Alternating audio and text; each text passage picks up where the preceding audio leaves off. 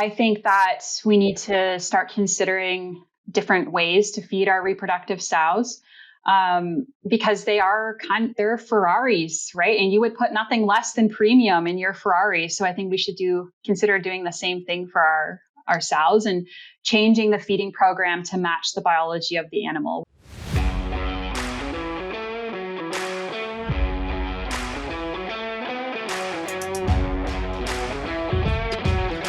So welcome everybody to the Swine Canada podcast. I'm Dan Columbus and I'll be your host for today's episode.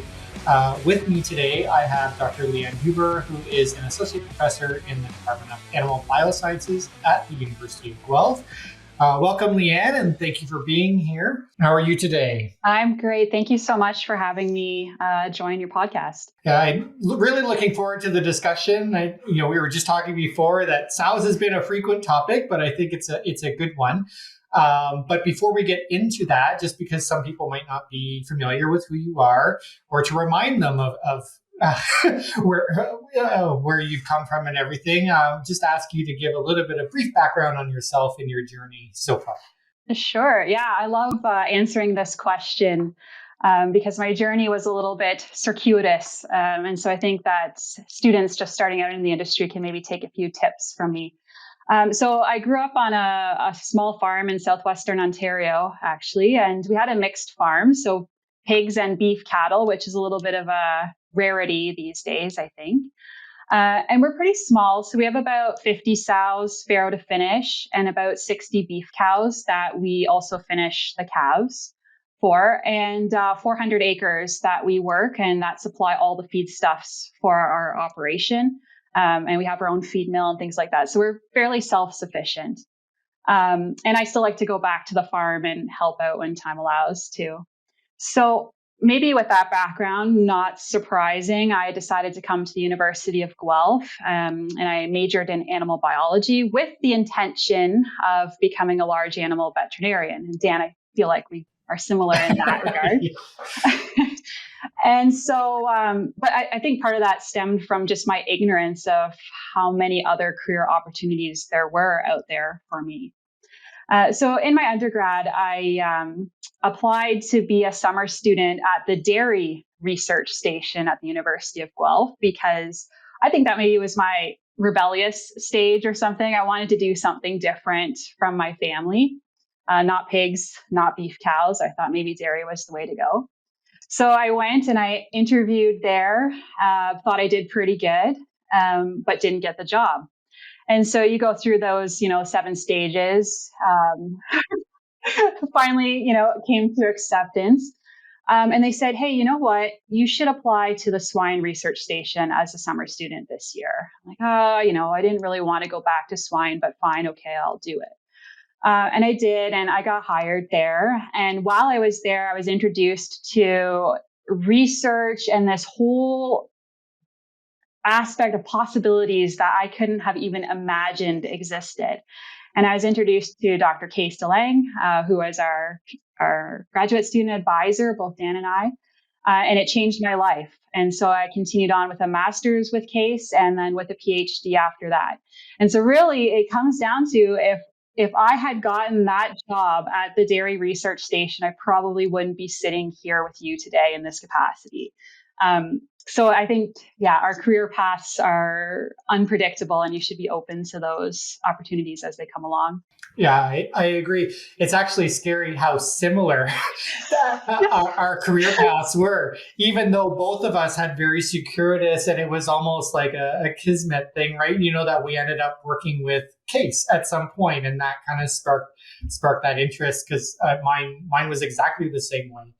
And I would agree, advice to the people coming up is like, take the opportunities as they come and don't just have one goal in mind. And because you never know where you'll end up. Maybe it'll be as a swine professor somewhere. Who knows? Yeah. So today I wanted to talk about sow nutrition a little bit. And it all really stems back to my PhD. And I feel like a lot of us get attached to the projects that we did in our PhDs, and it kind of defines the research that we do maybe for the rest of our careers. But for me, when I started my PhD, the new NRC had just come out hot off the press, and everyone was really excited about it. And my PhD project was in lactating sow nutrition, and Case opened up the model for me, and he showed me, all of the assumptions that they made in the lactating sow model and all of the best guesses, or as he called them, fudge factors that they put in there to get the model to run for the lactating sow. And there was just such a stark contrast in the amount of data that was available for the grow finish model to feed into the model and make it quite robust versus the sow models. There was very little out there, and they had to do a lot of, piecing together. So I got really into the nitty gritties on that sow model, and that really sparked my passion. I said, you know what, I want to be involved in the next iteration of the NRC, and I want to generate the data that we were missing in this 2012 version. And so that's where my research program has really headed, and that's where my passion is. Yeah, I think you're right. We always get what we did in our PhDs, I think, ends up being a lifelong passion for a lot of us. But I do specifically like this move that you're making with sows. Even during your PhD and trying to get that information going, just because and I've said that in some of our other podcasts too, that sows have generally been ignored. Partly that is because it's so much work to do that type of work and takes so much I'm sure and other students know, I've heard of the stirring of buckets of urine. I don't want to, but I think it's definitely something that we should be looking at when we're talking about sow longevity and these high prolific sows, right? So is there any particular projects or whatever that you've done recently or that you're planning on doing that you'd like to talk about?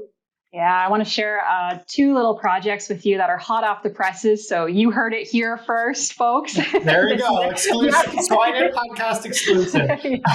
Yeah, that's it. But to your point, I think it's really hardcore people that get into sow research for the reasons that you stated. The projects are long, they're expensive, but in my humble opinion, they're totally worth it because we can make a big impact on the industry with the work that we do. So the first project that I wanted to share a bit with you is the one that I've been working with Chantel. And I don't want to repeat too much of that information because I look at it from a nutrition perspective. She looks at it from a mammary physiology perspective. And so the pairing is really great. But ultimately, when we're thinking about nutrient requirement models, right, they have to accurately reflect the underlying biology of the animal. And if they don't, then they're not very useful to us and they're not very adaptable to different circumstances. And so in terms of the gestating sow model, I think the NRC does a pretty decent job of mirroring what the biology of the gestating sow is. And I think the reason for it doing that fairly well is because, especially in late gestation, the nutrient requirements are largely driven by fetal growth. And the fetal pool is something that we can very easily measure without killing the sow. So we can just look at litter birth weights, feed that back into the model and say, hey, did our model predict this? Yes or no? If yes, then we are fairly confident that our requirements are going to be sufficient for that animal. But that's for the fetal pool. And I think the mammary gland is another pool. It's also developing in late gestation, also exponentially, but it kind of gets lost in that fetal pool thing because the fetal pool is so big. But the mammary gland has to develop very well, or else, the whole lactation is going to be relying on the development that occurs in late gestation. So this is something that Dr. Farmer and I have been working on for a bit, and Chantel will describe the study, and I'll just do it very briefly to set the stage for you. Where in gilts, we fed in late gestation, so after day 90, we fed one of 2 diets. One where the lysine was supplied at estimated requirements, and a second, the treatment diet, where we supplied lysine 40% above estimated requirements. via the addition of soybean meal. And put a little asterisk there because I fully recognize that, yes, we increased lysine, but we also increased all of the other amino acids with soybean meal. And I'll come back to it. And so we fed this between day 90 and day 110 of gestation. We killed those sows. We dissected out the mammary glands and found, wow, in the 40% lysine above requirements group, the mammary development was 40% more, a 1-to-1. It never happens in biology. It never happens. Chantal and I were just flabbergasted when we were discussing these results, and very, very, very excited, of course. And so that's great. So that sets the stage. Chantal repeated the study in sows recently. We're just getting the data in right now. And it seems like the same thing wasn't true for sows as it was for gilts. And we've discussed it a bit. And it makes sense because the sow is already coming into breeding with more mammary development than what a gilt is coming in with. So maybe there's less room for improvement for the sow versus the gilt, or maybe her mammary development trajectory has already been set in a sow because she already completed at least one lactation cycle. So TBD. I mean, we can't solve all of these things in one go, or we would run out of jobs for us. So anyway, the kind of take home from this is that we should be feeding our sows differently in late gestation than we do for the rest of the gestation period, but in particular our gilts. And from a nutrition standpoint, I mean, the NRC tells us that already. The NRC tells us or estimates that lysine requirements increase by 200% between day 1 and day 114 of gestation. Most of that increase happening in the last trimester. Whereas energy requirements only increase by about 40 or 50% between day 1 and day 114 of gestation for a gilt. And so it means that we cannot possibly meet both energy and lysine requirements for those animals in late gestation with a single diet. No matter how much you bump feed those gilts, you won't get enough protein into them. So I was like, okay, that's great. It's telling us kind of what we already know. And so the other question that we have to answer, though, is, and now going back to my asterisk, the footnote, is that, yeah, we increased lysine in that experiment via soybean meal. But the question is, for practical diet formulation, to be able to apply this feeding strategy in industry, is it lysine? Is it protein? Is it something about soybean meal itself that was causing this improvement in mammary development in the gilts? So that's what we're testing right now to be able to make some practical feeding recommendations. It's very interesting. I mean, it's pretty amazing that you have that 1-to-1 with the lysine, which suggests that it is lysine and not necessarily something else. But is there another amino acid or component that you are kind of suspecting that it might be related to? Yeah, so I looked at all the ratios quite closely. We also took blood samples on those gilts so we could see how the plasma amino acid ratios are changing and things too. And based on the formulation, it looks like lysine, yes, was the one that changed the most, if I can say it. But also threonine was kind of in the top 3 of the amino acids that we changed the most.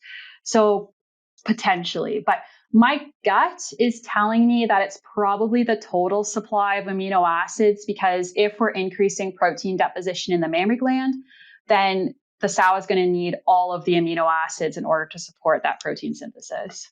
Well, right. And that's what's surprising, right? If you say you just increase lysine and you get this increase, it's like, okay, well, how is lysine doing that? But the fact that you increase, but then it makes me wonder if you actually provided them in the ratios that we think would be required for, say, mammary development or something, how much more of an increase would you get, right? Above what you're even seeing. Yeah. Stay tuned for Leanne's second podcast. I love looking at ideal protein and amino acid ratios because I think a lot of people forget that where it's not just lysine or whatever we like to talk about that, but it is everything. It's the total supply. Yep, totally. So a lot of work left to do. I have about 30 years left in my career, I think. So got to fill that time somehow, right? more than I have. So, Yeah. So I guess obviously the interesting question for this would be is what implication is this going to have for feeding our gestating sows, right? Because we are so much about feeding that same diet, pump feeding at the end, even though it doesn't work, right? And stuff like that. So where do you think that this would be going? I really hope that it goes toward feeding higher protein in late gestation. I have had producers come to me and ask, hey, like I saw your presentation. I'm not set up for blend feeding or precision feeding. I don't have all the fancy equipment. What can I do? And I said, hey, you know what you should do is you should just top dress with a bit of full fat soy, extruded or roasted or toasted or whatever. And he's like, okay, I'll try it. And then he came up to me at a conference a couple of years later while COVID was in between. So it's not really a fair measurement of time. And he said, you know what? My sows have never done better. My piglets look fantastic. And I'm just like, yes, thank you. Thank you for someone, trusting me and trying it and then realizing that it made a big difference for their production system.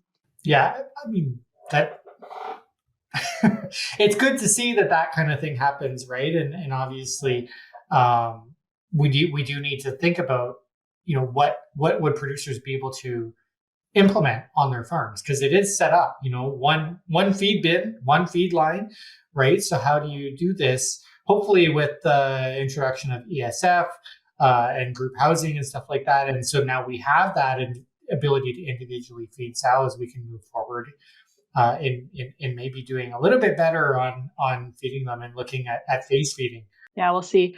So, okay. So the other cool part that I wanted to tell you about this experiment with Chantal is we fed the lysine / protein 40% above estimated requirements, saw that 40% improvement in mammary development, but we also weighed those piglets. So it's fetal piglet birth weight, if you can call it that, at day 110.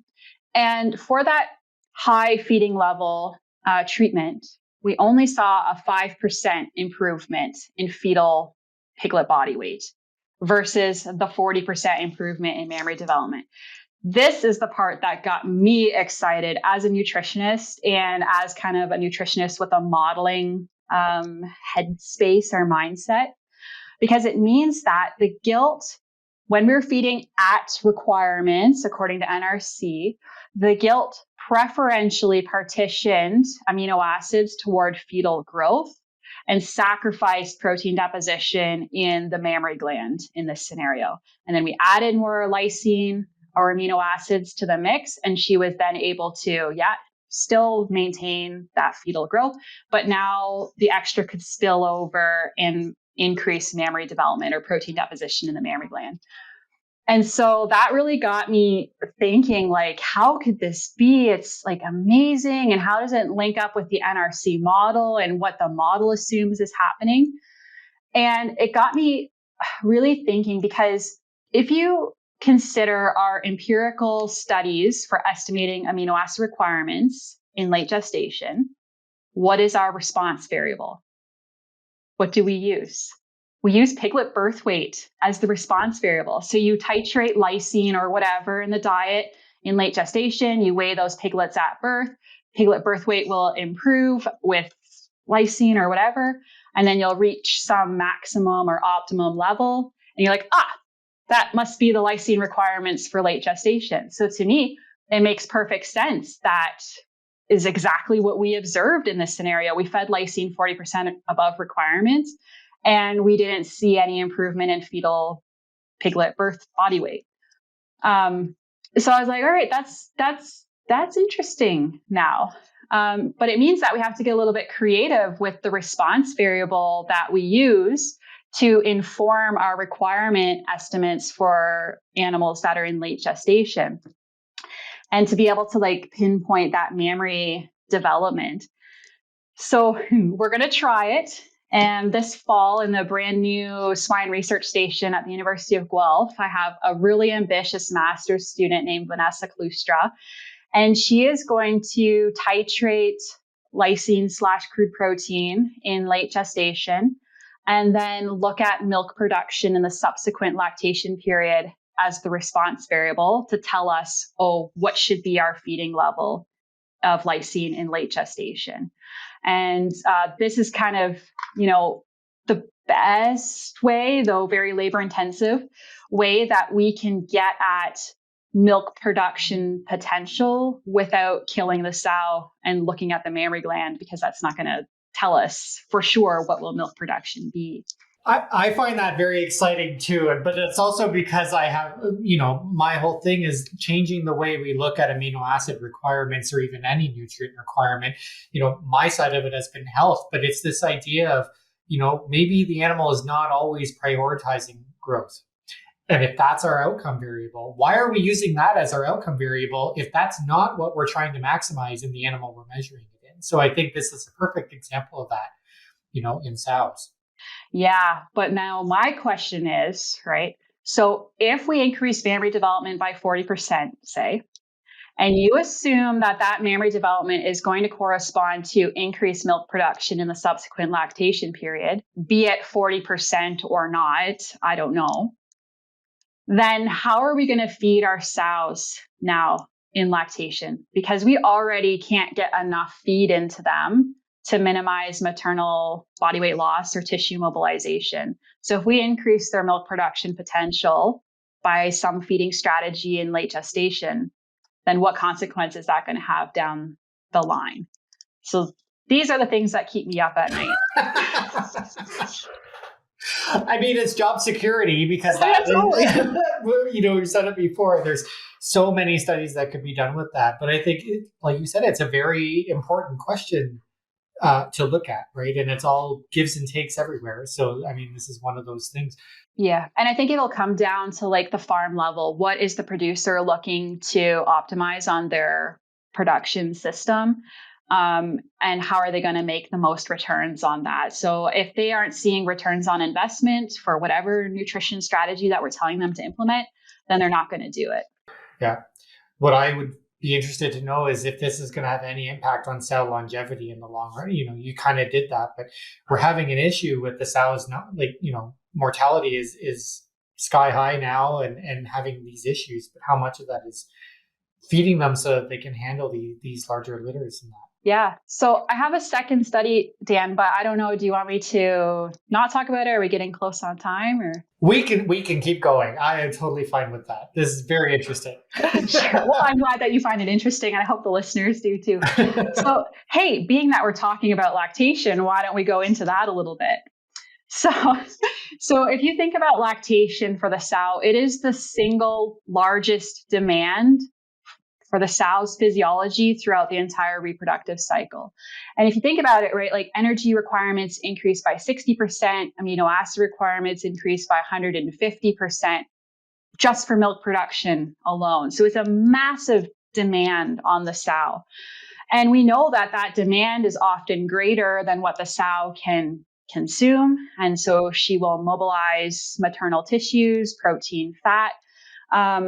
And this is especially a concern for our gills because they have a lower feed intake capacity and they still have requirements for growth because they haven't reached their mature body weight yet. So they're the most vulnerable, if I can say, in that first lactation period. And so historically, and is common practice now, is to feed a single diet throughout lactation as well with constant composition. And we've really been focused on just trying to get as much feed into the sow as we possibly can. But I was thinking, based on our findings with the gestating sow, maybe the same is true for the lactating sow as well. Maybe we should be changing the composition of the diet as lactation progresses because we know that milk production isn't constant over a time. It's a milk production curve. And some other things kind of led into this. So we know that sows do not mobilize constant amounts of protein and fat throughout the lactation period, meaning that at different times, she will be drawing for protein or energy depending on what's most deficient in the diet relative to milk production. And then also, Dr. Peter Thiel from Denmark, he did some factorial work and he showed that the optimal lysine to energy ratio for a lactating sow depends on her body weight, sure, but also on the milk production level of the sow. And I said, hey, the milk production level is not constant over lactation. So there's got to be potentially we should be changing this lysine to energy ratio as lactation progresses. So of course we did it. We tried it. We created 5 diets that titrated out the lysine to energy ratio. And for the nutritionist listening, the ratios were between 2.79 and 5.5 grams SID lysine per mcal net energy. And we made those diets isoenergetic. So it means that to increase the ratio, we increase the inclusion of lysine via crystalline lysine, soybean meal, and full fat soy.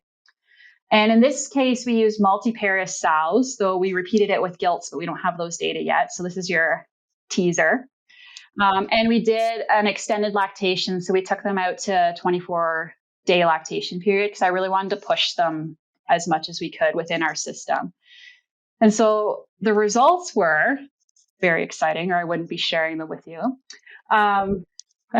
So we had no difference in sow feed intake over the lactation period, no difference in sow body weight change over the lactation period, but piglet average daily gain increased with increasing lysine to energy ratio, and it was optimized at a ratio of 4.2. which, for those of you that aren't familiar, is the similar ratio that's recommended by genetics companies. It's on the higher end, but some of the genetics companies are recommending 4.1, 4.2. So we're like, all right, that made us feel pretty good that our model is working. But that was over the entire lactation period. And if you remember, my question was, is it actually dynamic? Like, should we be changing the ratio? And so we conducted some nitrogen balances, stirred a lot of buckets of urine. It's a good character builder for grad students. And found that to optimize nitrogen retention in milk, the ratios were as follows. In week 1, 4.3, in week 2, 4.4, and in week 3, 4.7.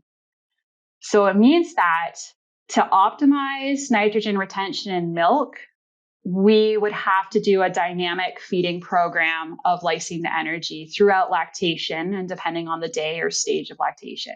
So it's possible to create a feeding program like that with some of the precision feeding technologies that we have. It's exciting. So a good thing we decided to talk about it. Yeah. You know, I mean, it's not actually hugely surprising. We look at changing nutrient requirements throughout every other life cycle in the pig. But like we said this whole time, right? In the sow, we're just like one diet, we're good. Yeah. And I think you mentioned it in a previous podcast, right? Like in nursery grow finish, it would be unfathomable to feed those animals a single phase throughout, considering how much their nutrient requirements and feed intake capacity changes. But the sow's nutrient requirements arguably change to a greater extent throughout the reproductive cycle versus a grow finish pig. And yet we don't have the same mentality of we should be phase feeding or precision feeding or whatever name you put on it. Instead, we go, the sow can't keep up, so let's give creep feed. Yeah, with variable results, right? Yeah, so how much of that is like, if we just feed the sow better, maybe we don't have to worry about that part as much. Very interesting. And I know it's a teaser, so I'm looking forward to the rest of your results as they come up. I think we'll have to have you on the podcast again. Dr. Huber 2.0, yeah. For the next 30 years or however long your career lasts or the podcast lasts, whoever comes first. Sure. Well, I guess we are at getting close to the end of the time. So unless there's something else that you wanted to kind of throw out there, okay, that sounds good. So, I mean, at this point, I'll just say, if there's one one or two messages that you want our listeners to take home today, what would that be, or what's the future looking like for this? Yeah, and at the risk of sounding like a broken record, I think that we need to start considering different ways to feed our reproductive sows, because they're Ferraris, right? And you would put nothing less than premium in your Ferrari. So I think we should consider doing the same thing for our sows, and changing the feeding program to match the biology of the animal would be my main takeaway. I agree. And I've said this before, I love that this research is happening. I love that it's not me, because it's hard work. So it's good that there's people like you that are looking into this, and hopefully we can change the way we feed our sows and get our productivity and cell welfare up, right? It's time for our famous three. The Nutrition Athena, Shakespeare Mill, Farmhouse, and Nutrition Partners Nutrition Group offer the full range of nutritional product based on extensive research and developments, and a solid team of experts all across Canada. Our objective is to provide cost-effective solutions, innovation, and support to producer from the entire Canadian swine industry. So with that, we end every podcast with the same three questions. So hopefully you've given this a little bit of thought. Yeah. So our first question is the clear one, right? Like, what is your favorite or go-to swine or animal science related resource? Yeah. Oh, I'm not going to be original on this one, and I apologize for that. But the Gestating and Lactating Sow book, edited by Dr. Chantel Farmer, is my favorite book. I always go back to it if I need to refresh on something. It's just such a great summary of the biology of the animal, and it helps me think about then how must nutrient requirements change knowing this biology of the animal. So that's my favorite book by far. I'm sure Chantel will be happy to hear that. I think she already knows my feelings on it. She promoted her own book too, so we'll get sales of this book. Yeah. Yes. This podcast brought to you by. Exactly. Maybe it'll be a sponsor. So then our next question is, what book outside of animal sciences or swine or other resource would you recommend? Yeah. So I was going to say, I recently bought some sheep on my own little property. And so I'm reading a sheep production book right now by Speedy. I think it was published in like the 80s or something. So it's fairly old, an oldie, but a goodie. And then also I'm reading a lot of parenting books right now. I don't have a favorite to share with you, but that's a learning experience in of itself. I'm sure it is. It's another one I'm glad you're doing. Yeah. Again, check back with me in 30 years and we'll see how good I did. Well, yeah, I'm sure it'll be fine. So our final question is, when you think back to successful swine professionals or leaders, even outside of swine, right? What do you think sets the successful ones apart from those who may not be, as successful? Yeah, I think my biggest piece of advice for life in general even is just to keep an open mind, because you never, in your career path, you never know what opportunities are going to be out there. And so just say yes to those opportunities as they come along. But I think as scientists too, and people working in industry, is to keep an open mind, because we should be debating things and we should be questioning things. And that's how we get better as individuals, as an industry, as scientists. So that would be my take home. Yeah, that's great. I think I've already agreed with that, just saying yes and taking those opportunities. And it might seem circuitous, but it gets you where you're going to go. So I think that's it for our time and our questions. So I will thank you again for coming on the show. I hope it was a good experience for you, and hopefully we can have you back. Yes, thank you for having me. Yeah, and thanks everyone for listening.